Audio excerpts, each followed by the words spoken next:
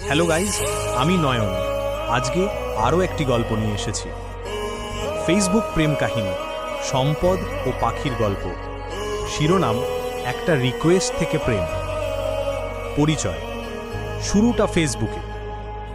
সম্পদ ছিল একজন শান্ত, লেখাপড়া করা ছেলে। ফেসবুকে সে নিজের কিছু কবিতা আর চিন্তা শেয়ার করত। একদিন হঠাৎ এক নাম না জানা মেয়ের ফ্রেন্ড রিকোয়েস্ট আসে। নাম ছিল পাখি। সম্পদ একটু দ্বিধায় ছিল, কিন্তু প্রোফাইলটা দেখে মনে হলো মেয়েটা রুচিশীল আর সৎ। অ্যাকসেপ্ট করল। বন্ধুত্ব গাঢ় হলো। প্রথমে শুধু রিয়্যাক্ট আর কমেন্ট, তারপর ধীরে ধীরে ইনবক্স। পাখি ছিল একটু রোম্যান্টিক, একটু দুষ্টু। দুজনের কথায় কথায় রাত কেটে যেত। তারা নিজেদের জীবন, স্বপ্ন, ভয় সব ভাগ করে নিতে শুরু করে। প্রথম দেখা, তারা ঠিক করল দেখা করবে। নিউ মার্কেটের এক পুরনো বইয়ের দোকানের সামনে দেখা। পাখি লাল সালোয়ারে, সম্পদ শার্ট প্যান্ট পরে দাঁড়িয়ে।